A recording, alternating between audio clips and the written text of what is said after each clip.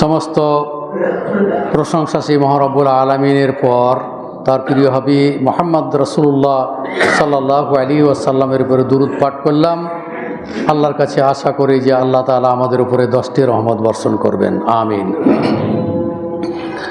আজকের খুতবার বিষয় যেহেতু রমজানের পূর্বে আমরা আরেকটি খুতবা পাবো ইনশাআল্লাহ তাআলা, তো এই জন্যই রমজান সম্পর্কে আজকে আলোচনা করব না। আগামী জুমাতে ইনশাআল্লাহ রমজানের বিধিবিধান নিয়ে ধারাবাহিকভাবে আলোচনা করব বিইজনিল্লাহি তাআলা।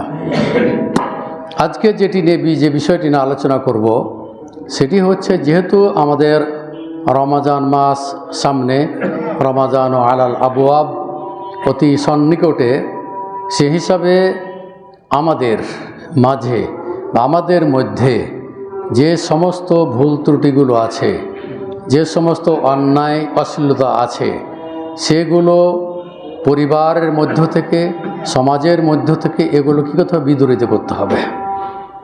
তাহলে আজকে অন্যায় ন্যায় কাজের আদেশ, অন্যায় কাজের নিষেধ, এই সম্পর্কে আলোচনা করব ইনশাআল্লাহ তাআলা। আপনাদের সম্মুখে আমি সূরা আল ইমরানের 104 নম্বর আয়াত এবং ওই একই সূরার 110 নম্বর আয়াত আমি তেলাওয়াত করেছি, এবং মুসলিম বর্ণিত হাদিস 49, তাহকিকে মিসকাতের হাদিস নম্বর 51-37। এরপরে আরও অনেকগুলো কোরআন এবং হাদিসে আছে। আমার এই বিষয়ের মধ্যে যতটুকু সম্ভব আমি তুলে ধরার চেষ্টা করব ইনশাআল্লাহ তাআলা। আল্লাহ তাআলা আমাদের মাঝে রাসূল প্রেরণ করেছেন, এবং আল্লাহ তাআলা ওয়াহির মাধ্যমে নবী করিম সাল্লাল্লাহু আলাইহি ওয়াসাল্লামকে এই উম্মতে মুহাম্মাদের বিধিবিধান সম্পর্কে অবহিত করেছেন। যেমন সূরা তাওবার 71 নম্বর আয়াতে আল্লাহ তাআলা বলতেছেন যে আল মুমিনুনা ওয়াল মুমিনাতু বা'দুহুম আউলিয়াউ বা'দ ওয়া ইউকিমুনাস সালাতা ওয়া ইউতুনাজ যাকাতা ওয়া ইউতিউনাল্লাহা ওয়া রাসূলাহু সায়ারহামুহুমুল্লাহু ইন্নাল্লাহা আজিজুন হাকীম। সূরা তাওবার 71 নম্বর আয়াত। আল্লাহ তাআলা বলছেন যে মুমিনরা পরস্পর তারা বন্ধু, মুমিন পুরুষের বন্ধু, মুমিন নারীদের বান্ধবী। তো এইভাবে আল্লাহ তাআলা পরস্পরকে বন্ধু হিসাবে কি করেছেন? আখ্যায়িত করেছেন, যার ফলে এক অপরের ভুল ত্রুটি হলে, এক অপরের অন্যায় দেখলে এক মুমিন আরেক মুমিনকে সতর্ক করবে এবং ভালো কাজ করার জন্য উৎসাহ প্রদান করবে। অন্যায় কাজ যদি তার মধ্যে থাকে কোনো মুমিন ভাইয়ের মধ্যে, তাহলে সেই অন্যায় কাজ থেকে বিরত থাকার জন্য তাকে আহ্বান করবে। এইভাবে আল্লাহ তাআলা নির্দেশ দিচ্ছেন। আল্লাহ তাআলা বলতেছেন যে ওয়া ইউকিমুনাস সালাহ, তারা কি করবে? সালাত প্রতিষ্ঠা করবে, সালাত কায়েম করবে, সালাত আদায় করবে। এটা 1 নম্বর নির্দেশ। 2 নম্বর নির্দেশ হচ্ছে ওয়া ইউতুনাজ যাকাতা, তারা তাদের সম্পদের কি করবে? যাকাত প্রদান করবে। যাকাত যদি প্রদান না করে, তাহলে তার যে সম্পদ, তার যে যাকাতের টাকা যেটা বের হতো, সব মিলে কিয়ামতের দিন সাপ সরব করে কাঁধে কি করা হবে? পেঁচিয়ে দেওয়া হবে, এবং তাকে দংশন করতে থাকবে এবং বলবে আনা মালুকা আনা কনজুকা, আমি হলাম তোমার সম্পদ, আমি হলাম তোমার ধরভাণ্ডার। এই বলেই সে কী করবে? ওই সম্পদ আপনার, সেটা আপনাকে দংশন করবে। তাহলে আপনার নিজের অর্থ সাপ সরব হয়ে, সাপের আকৃতি হয়ে আপনার কী করবে? কিয়ামতের দিন দংশন করতে থাকবে। এই জন্য আল্লাহ তাআলা বলছেন যে ওয়া ইউতুনাজ যাকাতা, তারা যাকাত প্রদান করবে এবং হিসাব করেই যাকাত দিতে হবে। আর আনুমানিক যাকাত প্রদান করলে যাকাত হবে না। আপনার যে সম্পদ আছে, 7.5 ভরি স্বর্ণ সমপরিমাণ যদি আপনার টাকা থাকে, অথবা 52 ভরি যদি রৌপ্য থাকে, তাহলে সেই সমপরিমাণ টাকা হলে আপনি যাকাত প্রদান করবেন।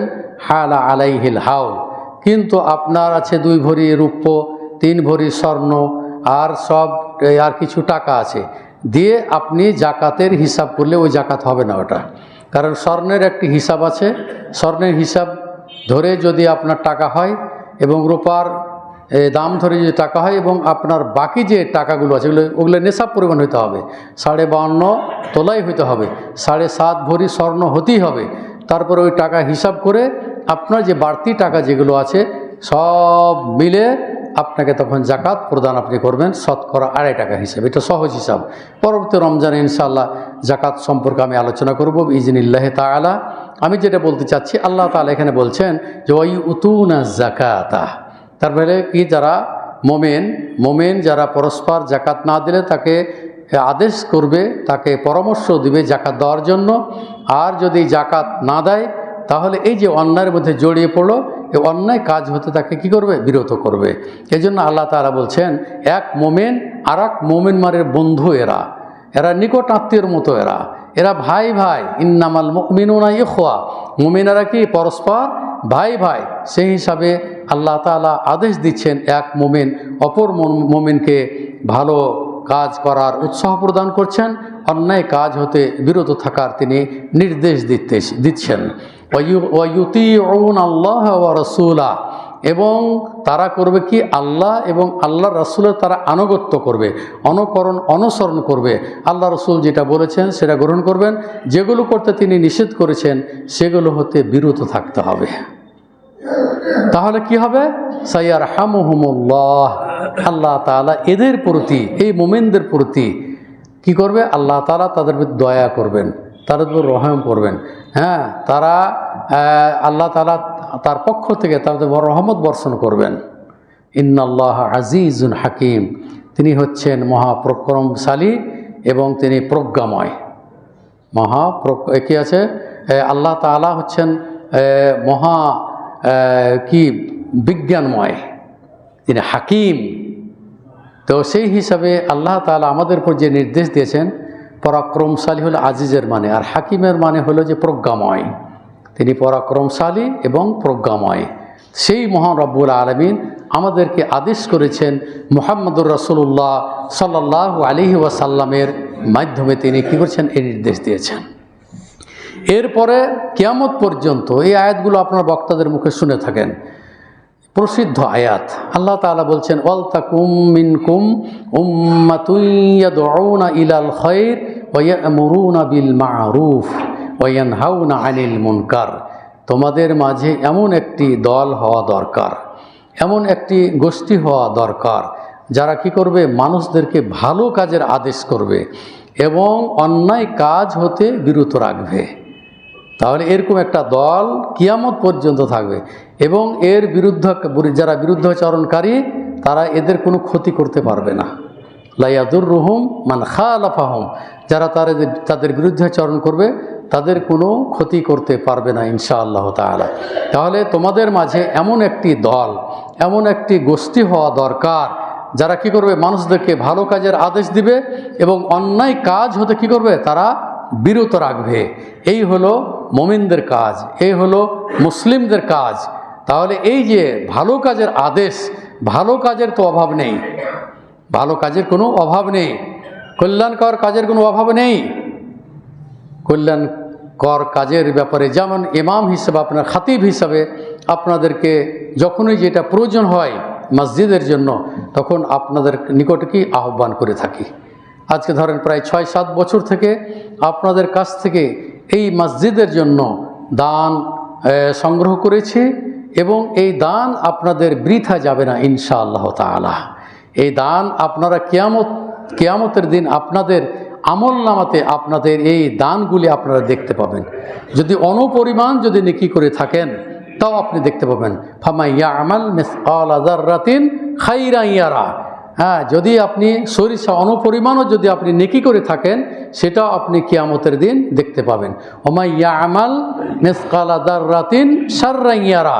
আর অনুপরিমাণ সরিষা পরিমাণ যদি আপনি অন্যায় কাজ করে থাকেন সেটাও আপনি দেখতে পাবেন। তো অন্যায় তো ভরপুর আমাদের সমাজে, অন্যায়ের কোনো শেষ নাই। বাড়ির মধ্যে আপনি অন্যায় করতেছেন, আপনার ছেলে মেয়ের সম্পদ বন্টনের ক্ষেত্রে আপনার অন্যায় করতেছেন, আপনার বাড়িতে অন্যায়তে ভরপুর, আপনি কোথায় যাবেন? এই অন্যায় যে করেছেন এটাও আপনি দেখতে পারবেন। আপনি জমি আপনার আত্মসাৎ করেছেন আপনার আত্মীয়র, এটাও আপনি দেখতে পাবেন। তাহলে আপনি যত রকমেরই অন্যায় কাজ করে থাকুন না কেন, আপনি কিয়ামতের দিন সেটাতে অনুপরিমাণও হয়, সরিষা সম পরিমাণও যদি হয়, তাহলেও সেটা কি কিয়ামতের দিন আপনি দেখতে পাবেন। তাহলে ভালো কাজ করলে ভালো যে দিকগুলো আপনি করেছেন আপনার জীবদ্দশায়, আপনি সেটি দেখতে পাবেন। এখন হয়তো মনে করছেন যে আজকে 50 বছর আগে আমি দান করেছি, ওই 50 বছরের দানটাও ওখানে লিপিবদ্ধ হয়ে আছে। আপনি সত্য কথা বলেন, আপনার ওই সত্যর একটা খাতা আছে। হ্যাঁ, বলা হচ্ছে যে যদি সত্যবাদী হয়, সত্য বলার যদি চেষ্টা করে, হাত্তা ইউক্তাবা ইনদাল্লাহি সিদ্দিকান, তাহলে আল্লাহর দরবারে থেকে সত্যবাদী হিসেবে কী করবে, লেখা হবে তার নাম। তাহলে জীবনে যদি আপনি সত্য অবলম্বন করেন, মিথ্যা যদি পরিহার করেন, সেটাও কিন্তু ন্যায় অন্যায়। সর্বদাই সত্য কথা বললে, আর সিদক ইউনজি, সত্য কী করে মানুষকে পরিত্রাণ দেয়, বাঁচায় মানুষকে। আর মিথ্যা বললে আপনাকে ধ্বংস করে দেবে। দুইটা দিক আমাদের জীবনে। এই যে সমাজের মধ্যে মানুষ কত আরাম আয়েসে বসবাস করছে। আপনার বাড়িতে আল্লাহর রহমতে বহু নিয়ামত আল্লাহ আপনাকে দিয়েছেন, কিন্তু নিয়ামতের আপনি কোনোদিন শুকরিয়া করেন না। এই নিয়ামতের মধ্যে আবার আপনি এমনই কিছু ঢুকিয়ে দিয়েছেন বাড়ির মধ্যে, হ্যাঁ, যেগুলোর দ্বারাতে আপনার বাড়িতে ফেরেশতাও প্রবেশ করবে না। এখন বর্তমান সমাজ এখন বিধর্মীদের কৃষ্টি কালচারে পরিচালিত হচ্ছে। যা দেখছেন আপনি আপনার পরিবারের মধ্যে তাই করছেন। আপনি আপনার সন্তানরা যা চাচ্ছে আপনি তাই করতেছেন। আপনার সন্তান বলছে যে ওদের বাড়িতে কুকুর আছে, তো কুকুর ছানা আমাকে কিনে দেন। কুকুর ছানা অভিভাবক হিসেবে আপনি কিনে দিলেন। তারপরে সোফা সেটে আপনি কুকুরের ছানা, বিড়ালের ছানা আপনার, তারপর আপনার সোফা সেটে, হ্যাঁ, সেখানেও কী করছেন আপনি, হ্যাঁ, শোকেসের মধ্যে আপনি মূর্তি রাখছেন, পুতুল রাখছেন। তাহলে আপনি আল্লাহ তাআলা আপনাকে এত বড় নিয়ামত দিয়েছেন, তারপরও আপনি অন্যায়কে আপনার বাড়ি থেকে আশ্রয় দিয়েছেন। আপনার ছেলে মেয়ের কারণে আপনাকে কিন্তু জাহান্নামে যেতে হবে। ছেলে মেয়েকে যে সঠিকভাবে পরিচালিত করেন, আলহামদুলিল্লাহ। যদি আপনি বেঠিক পথে যে পরিচালনা করেন, তাহলে ইন্না লিল্লাহ, মানে আপনাকে ধ্বংস করে ফেলবে। তাহলে আমাদের বর্তমান সমাজে এখন দেখা যাচ্ছে যে অধিকাংশই বাড়িতে ইল্লা মাশাআল্লাহ কিছু কিছু পরিবার আছে যে আদর্শ পরিবার আছে, তারা কিন্তু কোনো সময় তাদের ওই যে সোফা সেটও তারা কি রাখে না, মূর্তি রাখে না, পুতুল রাখে না। তারপরে তাদের শোকেসের মধ্যে তারা কি কোনো পুতুল রাখে না। তারা এই জিনিসগুলো থেকে তারা বিরত থাকে।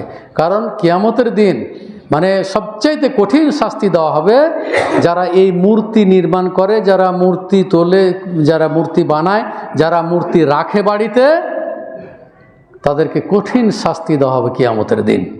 ইন্না আশাদ্দা আযাবান ইনদাল্লাহি ইয়াউমাল কিয়ামা আল মুসাব্বিরুন, সবচাইতে কঠিন শাস্তি হবে ওই ব্যক্তির যারা কি করে ছবি তোলে, ছবি রাখে, মূর্তি রাখে। আর যেগুলো খ্রিস্টানদের কৃষ্টি কালচার, কুকুর রাখা, আপনি কুকুর কিনে নিয়ে আসেন বাড়িতে রাখলেন, খুব মজা লাগছে। আপনি বিড়াল পোষা শরীয়তে জায়েজ আছে, কিন্তু মানে এমনটি ভালোবাসা বিড়ালের সাথে যে আপনি বাজারে যাচ্ছেন, তা আপনি ব্যাগে করে, আপনি ঘাড়ে করে আপনার মেয়ে নিয়ে যাচ্ছে, বিড়াল নিয়ে যাচ্ছে, এত কিসের মহাব্বত। এই যে কৃষ্টি কালচার, কিন্তু ওই সব বিধর্মীদের কাছ থেকে। আপনার বাড়িতে বিড়াল থাকবে, বিড়াল পুষতে পারেন, কারণ আল্লাহ বলছে আলাইকুম তাওয়াফিনা ও তাওয়াফাত, এরা বিচরণশীল, আপনাদের আশেপাশেই থাকে, সুতরাং এরা আপনাদের কোনো ক্ষতি করবে না, হাদিস। কিন্তু যে ওই যে বিধর্মের সাথে আপনি যে সাদৃশ্য অবলম্বন করেছেন, এখানে এক জালসায় গিয়েছিলাম, পরপর কয়েকটি জালসা হলো, তো এক জালসাতে এখানে কাছেই ছিল এখানে, তো বলছে যে একটা বিড়াল কিনেছে 43,000 টাকা দিয়ে, একটা বিড়াল কিনেছে 43,000 টাকা দিয়ে। তাহলে কেন আপনাকে বিড়াল কে কিনতে পারে 43,000 টাকা দিয়ে? আপনার টাকা, এই টাকার হিসাব আপনাকে দিতে হবে কিয়ামতের দিন, আপনি রেহাই পাবেন না। আপনি কুকুর পুষছেন, এমন করে শ্যাম্পু পাউডার মানে যত রকমের ওকে কসমেটিক্স নিজের মেয়েরা ওদের ব্যবহার করে না, অথচ তাকে এমনভাবে লালন পালন করছে এবং কুকুরকে নিয়ে ওই ট্রেনেও উঠছে, বাসেও উঠছে, সব জায়গাতেই যাচ্ছে। তাহলে আপনি একজন মুসলিম, আপনার এই বাড়িকে মূর্তি মুক্ত করতে হবে, নাহলে কিয়ামতের দিন আপনাকে শাস্তি পেতে হবে।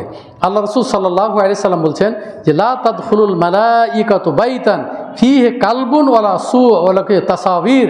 আল্লাহ রাসূল বলছেন যে ওই বাড়িতে রহমতের বরকতের ফেরেশতা কি প্রবেশ করবে না, রহমতের এবং বরকতের ফেরেশতা ওই বাড়িতে প্রবেশ করবে না যেই বাড়িতে কুকুর আছে এবং মূর্তি আছে। তাহলে আপনার বাড়িতে আপনি কুকুর রাখছেন, মূর্তি রাখছেন, কি করে আপনার বাড়িতে রহমতের ফেরেশতা প্রবেশ করবে আর আপনার উপর কী করে রহমত নাজিল হবে? তাহলে আপনি তো রহমত থেকে বঞ্চিত থাকছেন, রহমত থেকে আপনি বিদরিত থাকছেন, তাহলে আপনার পরিবারকে আপনি ধ্বংস করেছেন।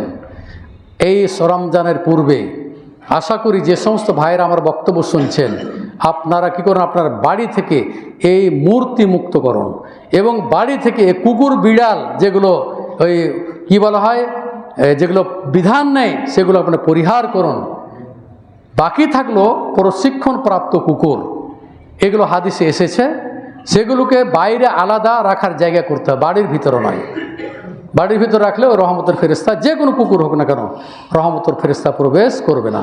আপনার গরু ছাগল পাহারা দিলেও বাইরে তার ব্যবস্থা করতে হবে। এইভাবে প্রশিক্ষণপ্রাপ্ত কুকুর আপনি পুষতে পারবেন। আমার যেটা বলার উদ্দেশ্য যে আপনি একজন মোমেন হয়ে মৃত্যুবরণ করার চেষ্টা করুন। বিধর্মীদের কৃষ্টি কালচারকে আপনি পরিহার করুন, পরিত্যাগ করুন, এদের ধারে কাছে যাওয়ার আপনি চেষ্টা করবেন না। আপনার পরিবার, আপনি একজন ইঞ্জিনিয়ার মানুষ, আপনি একজন ডাক্তার মানুষ, আপনি একজন জেনারেল শিক্ষিত মানুষ, তারপরও অনেক ভাইয়ের মধ্যে আল্লাহ ভীতি আছে, এগুলো থেকে কিন্তু অনেক দূরে থাকে। তারা অগ্রাধিকার দেয়, আখেরাতকে তারা অগ্রাধিকার দেয় এবং দুনিয়াকে তারা পরিহার করে। আপনাকে তাই করতে হবে। আপনার ছেলে মেয়েকে যখন আপনি বাইরে পাঠাবেন তখনই অবশ্য পর্দা সহকারে আপনাকে পাঠাইতে হবে। আপনি গেঞ্জি প্যান্ট পরে আপনি বাইরে পাঠাতে পারবেন না, আপনার স্ত্রীকে তো আরও পারবেন না। ও তো হলো বাড়ির অভিভাবক, তার দ্বারাই তার ছেলে মেয়েরা কী হবে, আদর্শবান হবে, তাদেরকে সে গড়ে তুলবে। স্বামী যদি সালাত আদায়কারী হয়, স্ত্রী যদি সালাত আদায়কারী হয়, তাহলে বাচ্চাদেরকেও কি সালাতে নিয়ে যাওয়ার চেষ্টা করবে। এই যে শুনলাম কয়েকদিন আগে জালসাতে গিয়েছিলাম রহনপুরে, আমাদের আক্তার ভাই তেরো খাদিয়ার আমাকে নিয়ে গিয়েছিলেন। আগে আবু সুফেন ভাই ওই যে বগলাউড়ি ওই শিবগঞ্জে নিয়ে গেছিলেন, আরও 2টা জালসা গিয়েছিলাম। তো দেখা গেল যে এই সব জালসা তারা করছে এবং আমাকে নিয়ে গিয়ে তারা কিন্তু আমার কাছ থেকে কোরআন হাদিসের কিন্তু বাণী শুনতেছে। এবং একজন গল্প করলো যে আমার পরিবার, যে ছেলেটা আমাকে নিয়ে গেছিলো, বলছে আমাদের পরিবার, আমার মা বোন সবাই আমরা তারাবি পড়তে আসি এখানে। 30 দিন যদি তারা 30 দিন আমরা আসি এখানে, তাহলে তাদের পরিবারটা আদর্শ পরিবার, তারা আসে এখানে। আরও কিছু ভাই আছে এখানে তেরকাদিয়া থেকে আসে, আরিফ আছে, আন্নর ভাই আছে, আরও অনেকে আছে, অনেকের নাম জানা, নাহিদ আছে, আরও আশেপাশে থেকে অনেক লোক আছে যারা এই মসজিদ ছাড়া সালাত আদায় করে না। আমি হয়তো মাঝে মধ্যে কোনো কারণবশত থাকতে হয়, চলে যাই। গত জুমাতে আমি পাঠিয়েছিলাম আমার পরিচালক শেখ মুখলিসুর রহমান মাদানী, তিনি একজন বাগ্মী বক্তা। অনেক সময়তে বক্তৃতা জগতে তিনি মোনাজারার বিষয়ে, মোনাজারা করলে ওনাকে ডেকে নেওয়া হয়। মানে উনি ওই দেওবন্দ থেকে লেখাপড়া করেছেন, হানাফি মাদ্রাসায়, আল-হাজ মাদ্রাসাতে পড়েছেন এবং সৌদি আরবে হাদিস ডিপার্টমেন্ট থেকে তিনি অনার্স করেছেন, যার কারণে তার ওই চারিদিকের যে জ্ঞান সেটা তার মধ্যে আছে। যার ফলে মোনাজারা যত বড়ই হানাফি আলেম হোক না কেন, তাকে যদি ডাকা হয় সে যাবে, খুব সাহসী। তো যাই হোক, আমি তাকে পাঠিয়েছিলাম, আপনারা হয়তো দেখেছেন।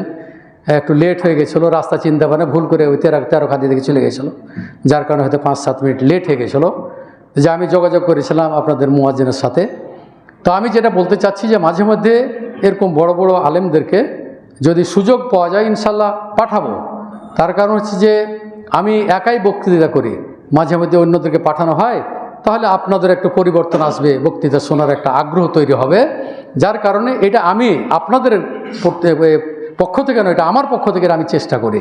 তবে আমি এই জন্যই নয় যে আমি বিশ্রাম করব বা যাব না, কাউকে পাঠাবো, এই রীতিনীতি আমার ভিতরে নেই।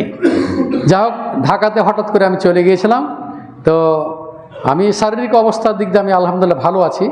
আমি একটু চেক আপ করবো, এই ফাঁকে সম্মেলনের গাড়ি গেল, ওদের গাড়িতে চলে গিয়েছিলাম। তো শেষে গিয়ে আমাকে ওখানেই বসালো, 40 মিনিট বক্তব্য দিলাম। এরপরে প্রশ্ন উত্তর পর্ব আমাকে বসালো, সেখানে প্রায় 1-1.5 ঘন্টা প্রশ্নের উত্তর আমরা দিয়েছিলাম কয়েকজন মিলে। তো যেটা বলতে চাচ্ছিলাম যে আপনারা মুসলিম এবং এই পরিবারটাকে মুসলিম পরিবার হিসাবে আপনারা তৈরি করার চেষ্টা করুন, এটা হলো আমার বলার উদ্দেশ্য। এবং মূর্তির ধারো কাছে যাবে না। মূর্তিকে আল্লাহ রসুল খান খান করে দিয়ে ভেঙ্গে, আলীকে অর্ডার দিয়েছে উঁচা কবরকে কী করো, ভেঙ্গে সোজা করে দাও, সমান করে দাও, মূর্তিকে ভেঙ্গে চুরমার করে দাও। এগুলো আল্লাহ রসুলের নির্দেশ, এগুলো আল্লাহ রসুলের হাদিস, এগুলো হলো অনুবাদ। এখন যদি কেউ বলে মূর্তির বিরুদ্ধে বক্তব্য দিচ্ছে, না, আমরা মূর্তির বিরুদ্ধে বক্তব্য দেবো না, আমরা কোরআন হাদিসের অনুবাদ করে আপনাদেরকে শোনাবো। যেখানে শরীয়তে যে জিনিস জায়েজ নয়, আপনি একজন দেশের শাসক, আপনি একজন প্রেসিডেন্ট, আপনাকে সালাত আদায় করতে হবে। সালাত আদায় না করলে আপনি মুমিন নন। এটা দাওয়াত দিতে হবে। যারা কর্তৃপক্ষ উপর আছেন তাদেরকে দাওয়াত দিতে হবে, প্রেসিডেন্ট হোক আর প্রধানমন্ত্রী হোক আর এমপি হোক, যেই হোক না কেন, তাদের বিরুদ্ধে যখনই কোনো অন্যায় কাজ দেখবেন তখন অবশ্যই আপনাকে দাওয়াত দিতে হবে। যারা ওপর লেভেলে আমরা দিতে পারি, আমরা হয়তো বক্তৃতার মাধ্যমে যদি শুনতে পাই তাহলে শুনলো, আর না হলে তো আমরা তো ওই দরবারে আমরা যেতে পারবো না।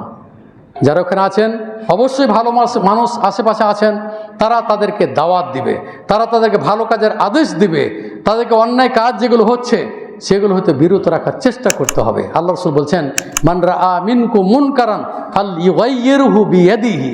এটা শাসক হোক, সমাজের যিনি দায়িত্বশীল হোক, যেই হোক না কেন, তার ব্যাপারে বলা হয়েছে মান রাআ মিনকুম মুনকারান ফালইউগাইয়িরহু বিয়াদিহি।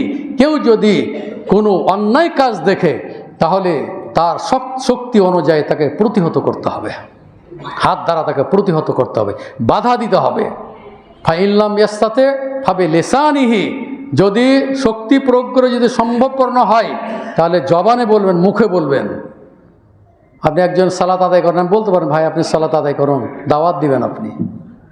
আপনি দেখছেন প্রকাশ্য আপনার সামনে মাদক সেবন করতেছে, আপনি তাকে বাধা দিবেন যে ভাই মাদক এটা হারাম, কুল্লু মুস্কিরিন হারামুন, এটা পরিহার করুন। আপনি আপনার পরিবারের মধ্যে আপনি কি করুন, একজন মুসলিম ছেলে হিসেবে, যুবক ছেলে হিসেবে আপনি তৈরি হন, এগুলো আপনি পরিহার করুন। আপনি অন্যায় কাজ দেখলে আপনি প্রতিহত করবেন, বলবেন। আর সত্যিকার যদি ঈমান আপনার ভিতরে বিন্দু মাত্রা থাকে, ফাইল্লাম ইয়াস্তাতে ফাবি কালবিহি, এরপরে যদি আপনি দুটোই করতে না পারেন, প্রতিহত করতে পারলেন না, মুখেও বলতে পারলেন না, কিন্তু মুমিন হিসাবে আপনার অবশ্যই ঘৃণাবোধ আসবে। আর এই ঘৃণাবোধটা হচ্ছে ওয়াযালিকা আদআফুল ঈমান। আর সেটা কি ঈমানের সর্বোচ্চ দুর্বলতম, এটা কি একটা ঈমানের অংশ বিশেষ। আজকে আমাদের সমাজে যুবকেরা যেভাবে, কিছু যুবক যে অন্যায় কাজগুলি করতেছে, কিন্তু সমাজের লোক সেটা কিন্তু প্রতিহত করে না। আল্লাহ রাসূল সাল্লাল্লাহু আলাইহি ওয়াসাল্লাম বলছেন, মা মিন রাজুলিন ইয়াকুনু ফি কওমিন ইউ'মালু ফীহিম বিল মাআসি ওয়া ইয়াকদিরুনা আলা মা ইউগাইয়িরু আলাইহি মা লাম ইউগাইয়িরু ইল্লা আসাবাহুমুল্লাহু বিইকাবিন। আল্লাহ রাসূল সাল্লাল্লাহু আলাইহি ওয়াসাল্লাম বলছেন, মিন ক্বাবলি আন ইয়ামুত। আল্লাহ রাসূল সাল্লাল্লাহু আলাইহি ওয়াসাল্লাম বলছেন যে কোনো কওমের মধ্যে যদি পাপ কাজ ছড়িয়ে পড়ে এবং এই পাপ কাজ কেউ বাধা দেয় না, তার বাধা দেওয়ার ক্ষমতা আছে, ক্ষমতা থাকা সত্ত্বেও সেই ওই অন্যায় কাজ প্রতিহত করে না, তো আল্লাহ তাআলা, আল্লাহ রাসূল বলছেন, আসাবাহুমুল্লাহু বিইকাবিন মিন ক্বাবলি আন ইয়ামুতু। আল্লাহ রাসূল বলছেন, মৃত্যু আসার পূর্বেই এই দুনিয়াতে আল্লাহ তাআলা তাকে যে কোনো শাস্তি প্রদান করবেন। সে অসুখের মাধ্যমে হইতে পারে, তারপরে সম্পদ নষ্ট হয়ে যাওয়ার কারণ হইতে পারে, যে কোনো শাস্তি হইতে পারে। আল্লাহ তাআলা এই দুনিয়াতে কী করবেন, তাকে শাস্তি দিবেন। যে আপনার শক্তি আছে অন্যায় কাজ প্রতিহত করার, আপনি করছেন না, সমাজের লোক পারবে যে দুইটি ছেলে কি আছে সমাজের মধ্যে নিকৃষ্ট সন্তান আছে, তারা কি করছে এই সমাজকে কলুষিত করার চেষ্টা করতেছে, সমাজের লোক তারা পারবে এগুলোকে প্রতিহত করতে, তাদেরকে দমন করতে পারবে, কিন্তু দমন করে না। তাহলে ওই সময়তেই আল্লাহ তাআলা তাদের মৃত্যুর পূর্বেই আল্লাহ তাআলা কি করবেন, তাদেরকে শাস্তি প্রদান করবেন। এই শাস্তি থেকে বাঁচতে হলে আমাদেরকে যতদূর সম্ভব, আজকে মানুষ নিশ্চুপ, কোনো কাজ দেখলে কোনো অন্যায় দেখলে কেউ প্রতিহত করে না, কেউ দুটা কথাও বলারও কি সাহস পায় না বা বলে না, এখনো ওর সাথে ঝামেলা করতে যাব কেন। কিন্তু আল্লাহ রাসূল বলছেন যে আপনাকে তাকে প্রতিহত করতে বলছেন, আল্লাহ তাআলা আপনাকে বলছেন, এটাকে আপনার জীবনে বাস্তবায়ন করতে হবে, এটা সমাজে বাস্তবায়ন করতে হবে। আমি যেটা বলতে চাচ্ছি যে রমজান মাস আসছে, আপনারা আপনাদের সমাজকে যে সমস্ত অন্যায়গুলো আছে সেগুলোকে দূরীভূত করেন। আপনার ভিতরে সুদ আছে, সুদের ব্যাপারে অনেক আলোচনা করেছি। সুদ যদি আপনার সম্পদের মধ্যে থাকে তাহলে আল্লাহ তাআলা আপনার সম্পদকে নষ্ট করে দিবেন, এবং হারাম খেয়ে ইবাদত কবুল হবে না। ইন্নাল্লাহ তাইয়্যিব লা ইয়াকবালু ইল্লা তাইয়্যিবান, আল্লাহ পবিত্র, পবিত্র ছাড়া কি এই আল্লাহ তাআলা দান বা যে কোনো জিনিস তার ইবাদত বন্দেগী কবুল করবেন না। চেষ্টা করতে হবে, আপ্রাণ চেষ্টা করুন যে সুদ থেকে বাঁচার চেষ্টা করুন, ঘুষ লেনদেন থেকে বাঁচার চেষ্টা করুন। কৌশল করে ঘুষ আর খায়েন না, খুব ঘুষ খেয়েছেন, ঘুষ খেতে খেতে আপনার পেট বড় করে ফেলেছেন, এবং এই কারণে আপনিও ধ্বংস হয়েছেন, আপনার পরিবারও ধ্বংস হয়েছে, আপনার সম্পদও সরকার কি করেছে, সব নিয়ে নিয়েছে। কেন? ওই যে অন্যায়ের ভিতরে আপনার জীবনটা অতিবাহিত করেছেন, ঘুষ খেতে খেতে খেতে এমনই সম্পদ আপনি গড়ে তুলেছেন যেটা বলার মতো নয়।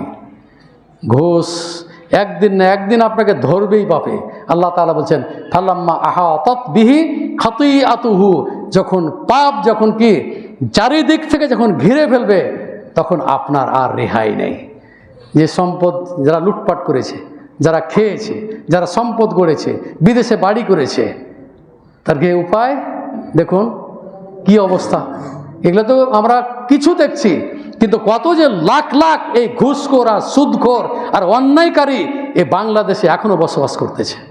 তারা নির্দ্বিধায়, তারা এখনো আছে, বেঁচে আছে, তারাকে কিন্তু ধরতে পারে নাই। এদেরও কিন্তু বহু টাকা পয়সার মালিকেরা। কিন্তু আল্লাহ তাআলা এইভাবেই আপনাকে অবদস্থ অপমান করবেন, এইভাবে আপনার সম্পদকে আল্লাহ তাআলা নষ্ট করবেন। এই জন্য আল্লাহ তাআলা বলছেন ইয়ামহাকুল্লাহুর রিবা ওয়া ইউরবিস সাদাকাত, সুদ মিশ্রিত সম্পদকে আল্লাহ তাআলা ধ্বংস করে দিবেন, আর দানকৃত সম্পদকে আল্লাহ বৃদ্ধি করে দিবেন। দান করলে মা নাকাসাত সাদাকাতুন মিন মালিন শাইয়া, আল্লাহ রাসূল বলছেন দান করলে আপনার সম্পদ কমবে না, আপনার সম্পদ আরো বৃদ্ধি হবে। এটা আল্লাহ এবং আল্লাহ রাসূলের কথা।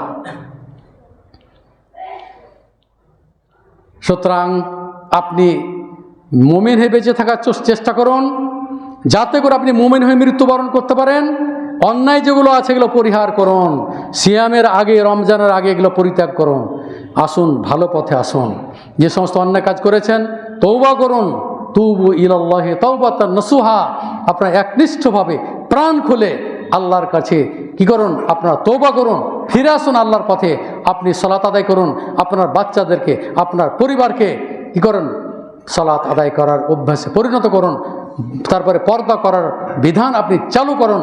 কুল্লুকুম রাইন ওয়া কুল্লুকুম মাসউলুন আন রায়াতিহি, আপনি দায়িত্বশীল। কিয়ামতের দিন এই দায়িত্ব সম্পর্কে ইনশাআল্লাহ আপনি জিজ্ঞাসিত হবেন, আপনাকে জিজ্ঞাসা করবে, আল্লাহ তাআলা কিন্তু ছাড়বেন না। ইন্না বাতশা রব্বিকা লাশাদীদ, তোমাদের রবের পাকড়াও খুব কঠিন পাকড়া, ধরলে কিন্তু আর ছাড়বে না, বাঁচার উপায় নাই। ইজা নুকিসাল হিসাব উযবা, আল্লাহ রাসূল বলছেন যখন তন্ন তন্ন করে যদি আল্লাহ হিসাব নাই তাহলে ওকে শাস্তি পেতেই হবে। তাই আসুন আল্লাহর শাস্তি থেকে বাঁচার জন্য আমরা আমাদের জীবনে যে সমস্ত কল্যাণ কাজগুলি করেছি এবং সামনে আরও সুযোগ আসতেছে, সেই সুযোগের সৎ ব্যবহার অবশ্যই আপনারা করবেন। আপনারা জানেন যে রমজান আসছে, এই রমজান মাসে এবার বিদ্যুৎ সংকট হতে পারে, যার কারণে আমাদের যেটা সোলার ছিল সেটা কিন্তু নষ্ট হয়ে গেছে মসজিদের, যার কারণে একটি বড় আইপিএসের দরকার। আহ্বান করছে আপনাদের নিকট হতে, এবং এইটা আপনাদের সাদকায়ে জারিয়া হিসাবে ইনশাআল্লাহ আপনি নেকি পেতে থাকবেন, মরার পরও আপনি নেকি পাবেন। যদি কোনো দাতা একটি আইপিএসের যদি বড় আইপিএসের ব্যবস্থা করে দেন, তার জন্য আল্লাহর কাছে খাস করে দোয়া করব, হে মহান রব্বুল আলামিন, তুমি ওই বান্দাকে তুমি কি করো, কবর আযাব থেকে রক্ষা করবে আল্লাহ, তুমি তাকে জাহান্নাম থেকে রক্ষা করবে আল্লাহ, তুমি জান্নাতুল ফিরদাউস নসিব করো আল্লাহ, তুমি তার পরিবারকে আদর্শ পরিবার হিসেবে কবুল করে নিও। যে ভাই আপনারা দিতে চাইবেন এই আইপিএস, আমাদের মুয়াজ্জিন আব্দুল খাবিরের কাছে নাম লিখিয়ে যাবেন।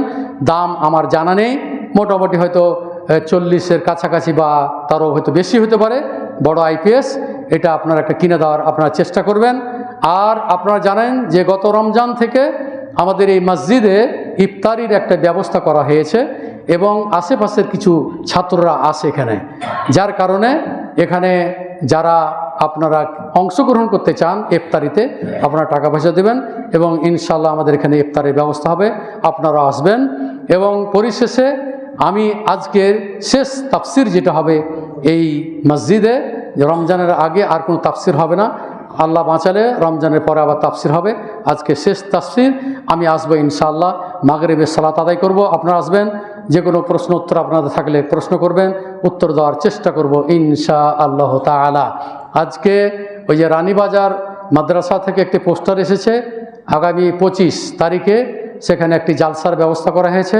সেই জালসাতে জমিয়ত আহরাজের মাননীয় সভাপতি প্রফেসর ডক্টর আবদুল্লাহ ফারুক সালাফি তিনি প্রধান অতিথি এবং বক্তা হলো ডক্টর আহমদুল্লাহ ত্রিশালী, তারা আসবেন, আপনারা আমন্ত্রিত। দোয়া করি আপনাদের জন্য। হে মহান রব্বুল আলামিন, তুমি আমাদের যে সমস্ত ভাইরা আমার বক্তব্য শুনছেন, মা বোন যারা আমার বক্তব্য শুনছেন, আপনাদের সবার জন্য দোয়া করতেছি। হে আল্লাহ, আমরা যদি মৃত্যুবরণ করি মোমেন মুসলিম হয়ে যেন মৃত্যুবরণ করতে পারো, তুমি আমাদেরকে সেই তৌফিক দান করো। আল্লাহ, আমাদের বাড়িতে বা সমাজে যে সমস্ত অন্যায় জিনিসগুলো আছে এগুলো যেন দূরীভূত করতে পারি, আল্লাহ তুমি আমাদেরকে সেই তৌফিক দান করো। যে সমস্ত ভাইরা কবরে শাহিদ আছে তাদের সবার জন্য দোয়া করতেছি, আল্লাহ তুমি তাদেরকে কবরের আযাব থেকে রক্ষা করো, আল্লাহ তুমি তাদেরকে জাহান্নাম থেকে রক্ষা করো, আল্লাহ তুমি তাদেরকে জান্নাতুল ফিরদাউস নসিব করো। হে মহান রব্বুল আলামিন, অনেক ভাই অসুস্থ আছে, দোয়া চেয়েছেন, তাদের জন্য গোলাম রব্বানী ভাবে তাদের নাতি নাতনির জন্য দোয়া চেয়েছেন, আরও অনেক দোয়া চেয়েছেন। দোয়া করি আল্লাহ তুমি তাদেরকে শেফায়ে কামিলা দান করো।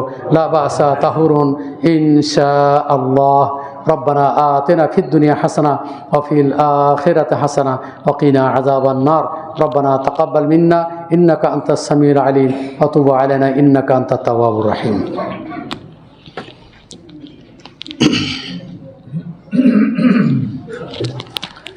তাআদুল